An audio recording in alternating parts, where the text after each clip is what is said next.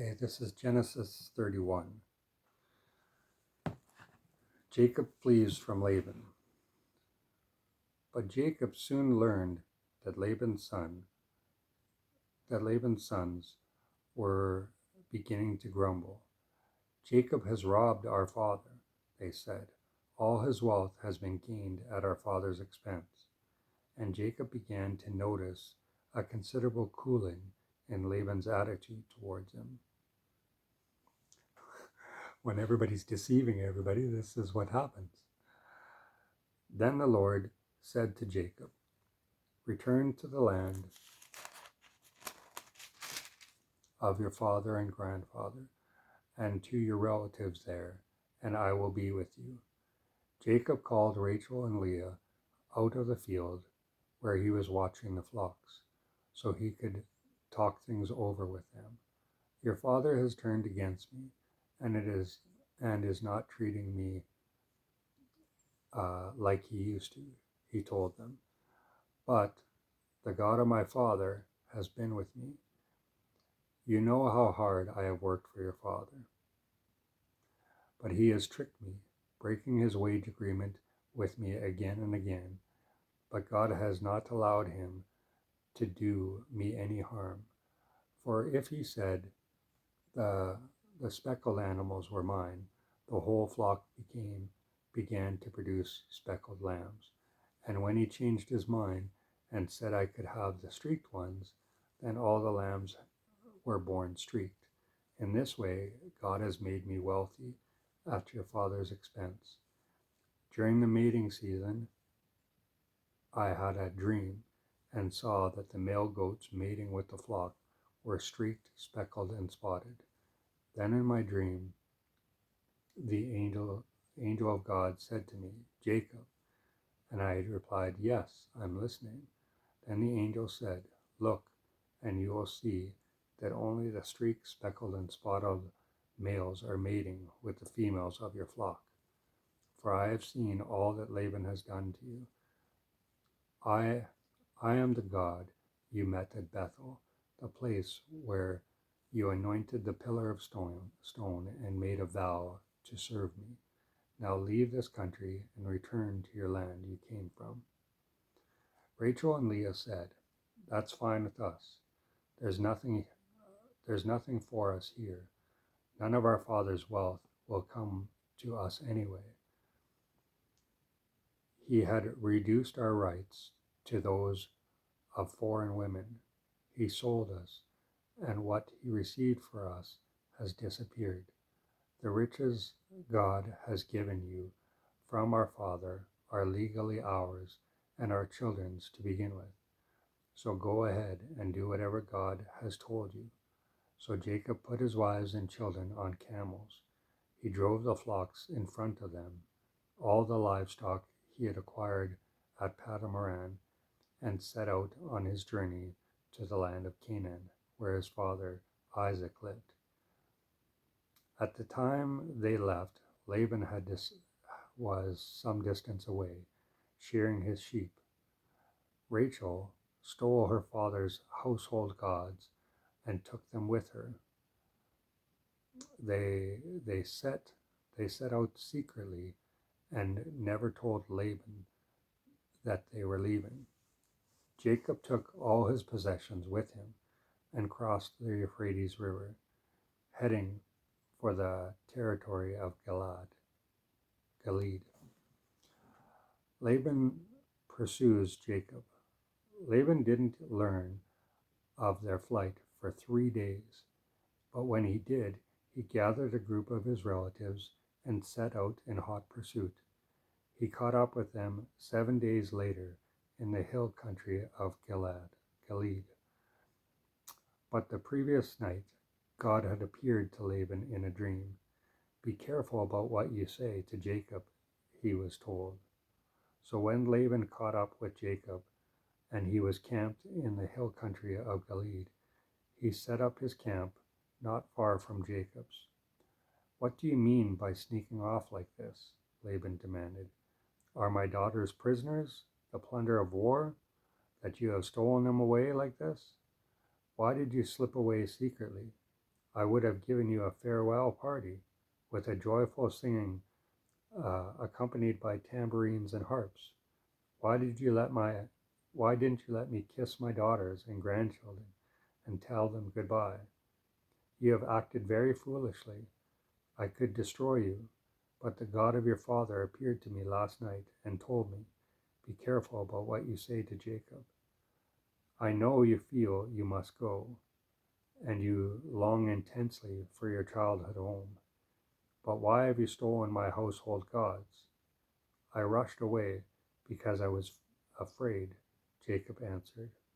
I said to myself, he'll take his daughters from me by force. But as for your household gods, let the person who has taken them die. If you find anything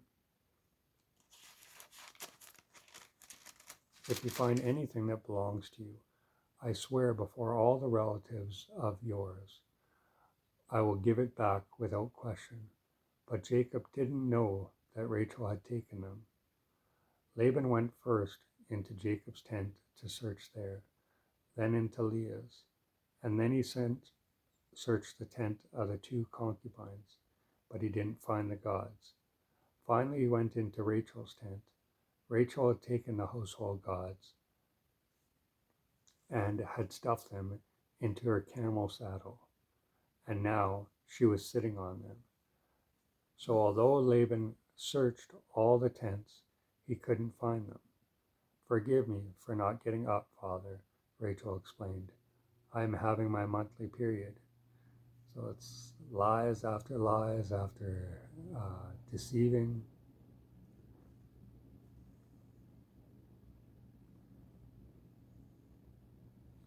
So despite his thorough search, Laban didn't find them.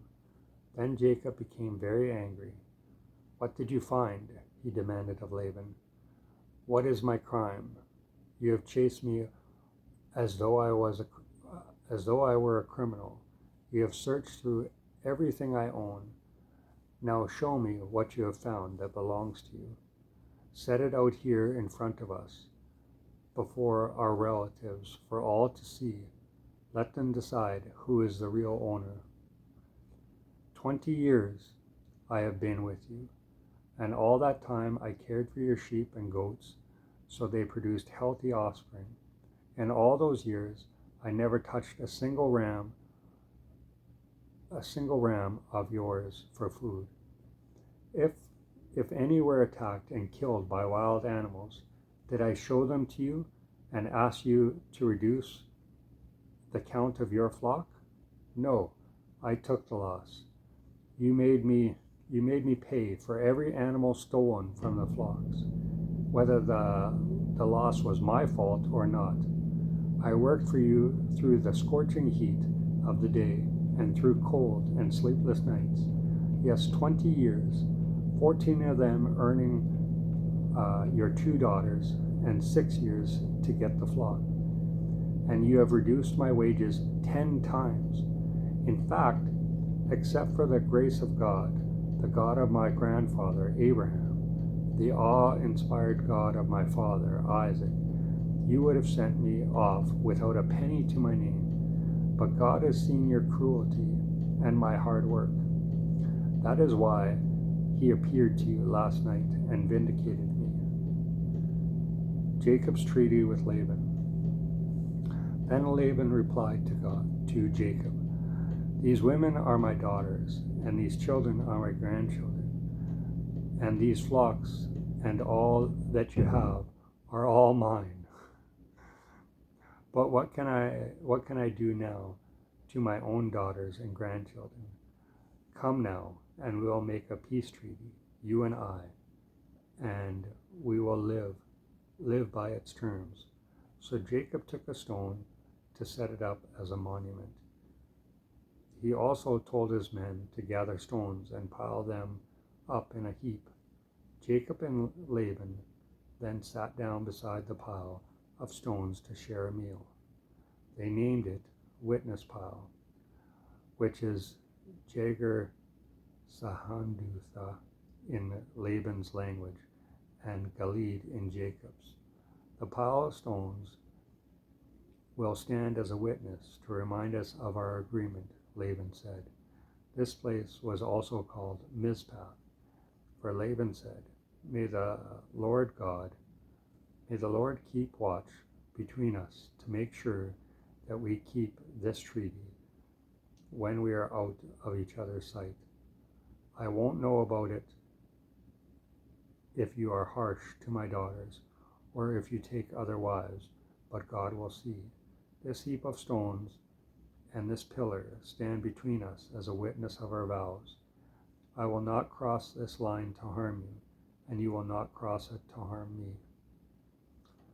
I call on the God of our ancestors, the God of your grandfather Abraham, and the God of my grandfather Nahor, to punish either of us who harms the other. So Jacob took an oath before the awesome God of his father Isaac to respect the boundary line. Then Jacob presented a sacrifice to God and invited everyone to the feast. After they spent the night there in the hills, Laban got up early the next morning, and he kissed his daughters and grandchildren and blessed them. Then he returned home. That's the end.